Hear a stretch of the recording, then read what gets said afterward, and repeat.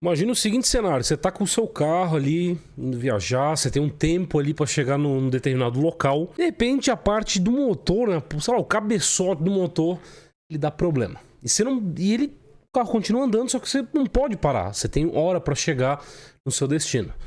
Imagina se você pudesse consertar o seu carro em movimento. Então o carro tá lá em movimento andando, e você consegue consertar ali o motor e chegar no seu destino com o motor consertado, cara. Pelo menos de uma forma temporária, né? Até chegar no seu destino e depois mandar arrumar ali corretamente. E é isso que a gente vai falar hoje. Não sobre carros, mas sim sobre o Live Patch. Como que funciona essa parte de correção, né? De uma forma real-time, ou seja, ao vivo, do kernel Linux. Então deu uma vulnerabilidade, você vai ter que fazer essa correção, mas o seu servidor ele não pode parar, ele não pode ter downtime, tá? Então ele tem que ficar tocando direto ali, e esse é o assunto. Até anos atrás não tínhamos essa parte de live patch, ou seja, essa correção do kernel Linux de algum tipo de vulnerabilidade, não tinha. Então a gente tinha que ir lá fazer atualização do sistema e do kernel, fazer um reboot para fazer essa aplicação dessa correção e subir a máquina novamente. Então não tínhamos anos atrás aí. Hoje em dia essa tecnologia é muito usada. As maiores empresas open source como Canonical, com Ubuntu, Red Hat, OpenSUSE, Oracle, disponibilizam esse tipo de serviço pra gente. E é um serviço bastante caro, tá? Não essas empresas aí que eu acabei de citar, elas obviamente fornecem serviço, mas se for contratar esse serviço, por exemplo, a parte, né, como a Linux Care, por exemplo, ou outras empresas, ele é um serviço caro, porque exige criar esse patch, exige fazer a correção e enviar essa correção. Então, por isso é um serviço um pouco caro. Mas, para a nossa alegria, eu tenho uma maneira e uma forma de fazer isso grátis para gente, tá bom? Indo para a parte mais técnica, como que funciona essa questão do Live Patch? Bom, digamos que temos um módulo, por exemplo, que ele está com um problema, ou seja, descobrir uma vulnerabilidade ali em um determinado módulo. Então, como que o Live Patch ele vai agir? Simples, ele vai ser aplicado. E se tratando de código, na função original, onde vai ser chamado aquele módulo, por exemplo, ele faz uma ponte, tá? Um salto ali, uma linkagem para a função de correção, por exemplo, né? Para o patch ali, no caso.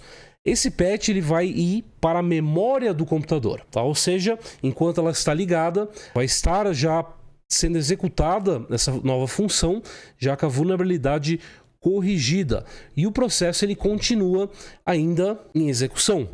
Então a gente não precisa rebootar a máquina para fazer essa aplicação, ela é feita em tempo real, só alterando a função. Então a função original faz a linkagem chamada para essa nova função que tem o patch já incluso. Claro, apesar que ele é aplicado ali em live, é bom sempre depois, quando tiver um tempo e dá para fazer isso, fazer o reboot da máquina, né, do servidor ali no caso, para ficar tudo de acordo. Então esse é um processo também de hardware no servidor, tá pessoal? É uma forma de fazer esse endurecimento na parte de segurança, tá? Não só pelo downtime, mas para corrigir essas vulnerabilidades de uma forma, como a gente já viu, tá vendo, né? Em live, tá? Ao vivo, realmente. Então, se você quer aprender mais sobre como endurecer um servidor de uma forma prática, eu estou lançando o meu curso, que é o Linux Blue Team na prática, defesa real de servidores em produção. Eu estou vendendo em lote, tá no segundo lote e tá acabando, tá? Então vai ir para o terceiro lote e ele vai, obviamente, subir o valor. Então o link tá na descrição, tá passando aí na tela agora para você também. Se inscreva lá, dá para pagar parcelado, ou no Pix, ou na forma que você desejar lá. São vagas limitadas e eu espero aí como aluno. Então, como eu falei para vocês no início, a Red Hat fornece esse tipo de serviço, que é o com Kpatch. O SUSE, né? Fornece também com Kgraft, eu acho que é assim que chama, Kgraft. Oracle também. E o Ubuntu também fornece de uma forma gratuita, pelo menos até para 5 máquinas, né? O Ubuntu Pro lá. Então 5 máquinas para uso pessoal você consegue utilizar o sistema de Live Patch que eu vou mostrar para você agora. Já de antemão também, pessoal, o Debian, em 2024, na DebConf, eles meio que entraram nesse tópico, né, para fornecer esse Live Patch também. O kernel do Debian ele já vem com 2 caras aqui ativados, tá? Que é o config live patch e o config have live patch, tá? Então já vem ativado, isso aqui já está pronto meio que para executar, tá bom? Então se não tivesse esses dois módulos aqui ativos, não vai funcionar, né? Então o Debian já vem com o kernel já habilitado esse cara aqui. Falta realmente ver como eles fariam nesse caso para lançar esses patches, né? Porque, como eu falei, é um caso à parte, precisaria de uma equipe só para fazer isso. Mas sem dúvida é bem interessante que o Debian queira fazer isso. Tá? Ele é uma distribuição usada pelo mundo aí, né? No Ubuntu aqui, ó, tá? Eu tô em VM mesmo, mas se você tiver qualquer servidor ali do Ubuntu, a gente consegue habilitar esse cara aqui, tá bom? Logando, a gente pode botar aqui, por exemplo, Pro Status, e ele vai mostrar pra gente se tá habilitado ou não. É esse cara que a gente quer, ó, Live Patch, ó. Tá? Ele tá como yes, ele está disponível, mas ele não está em execução aqui no caso. Então eu teria que habilitar, né? Eu tenho que criar uma conta lá no Ubuntu Pro, né? No ON lá, para fazer que funcione nessa máquina. Lembrando que são 5 licenças que você tem direito. Então, se você é um cara que não tem ali, tem, sei lá, uma pequena empresa, apesar que é para uso pessoal, mas você tem uma pequena empresa, alguma coisa assim, e quer ter isso disponível, você pode usar. Tá? Até 5 máquinas, até no caso, 5 servidores. Para máquina em desk ali, eu não recomendo, tá? Afinal, não precisa de ter ali uma disponibilidade alta numa máquina convencional, aí você rebuta a máquina e já era, né? Já em servidor é diferente.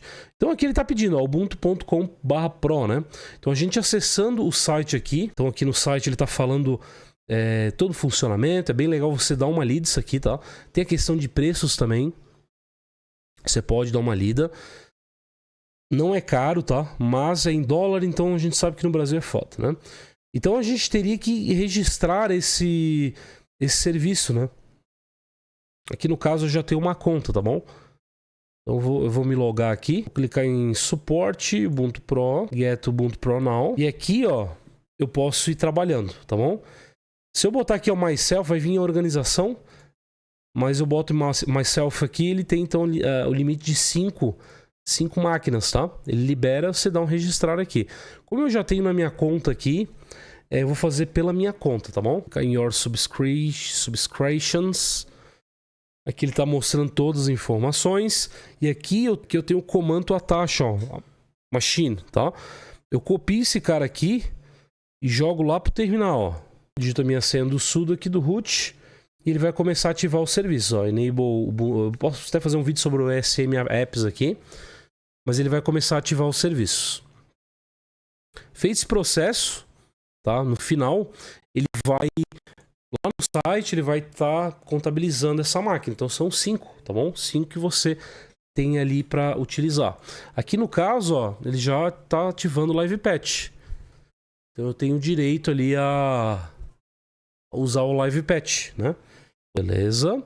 Ele já mostrou aqui lá em cima que estava ativado, e ele já mostra o que está ativado, ó. Aqui no caso em status, tá? O ESM Apps eu posso depois falar, o Infra aqui também. E temos o Live Patch que está também ativado, tá? De acordo... Aqui a Canonic vai lançar, né, esses patches, obviamente, que é do Ubuntu. Aqui a gente já ppt botar, por exemplo, ó, sudo apt install Ubuntu Pro. Deixa eu botar em minúsculo, obviamente. Então ele já vai fazer todas as configurações para mim. E agora... Pro status, vou usar a opção All aqui. E tá lá, tá? Então tá ativado o Live Patch. De uma forma grátis, cara, para 5 máquinas. Então isso que é o legal, né? A Canonic faz esse processo, eu acho bem interessante. Eu tenho servidores com Ubuntu, tá? Justamente por causa dessa funcionalidade. Porque, querendo ou não, né? A empresa que eu tenho, ela é pequena, né? Ela não é uma mega operação, consegue ficar pagando milhares de... Não milhares, mas... dólares, tá? Então a gente tem que sobreviver com o que tem, né? Então eu utilizo, né? E acho bem legal e funcionou tranquilamente até agora. É isso, pessoal. Se você gostou do vídeo, dá um like, se inscreva aqui no canal e eu te vejo aí no próximo vídeo. Um abração e até logo.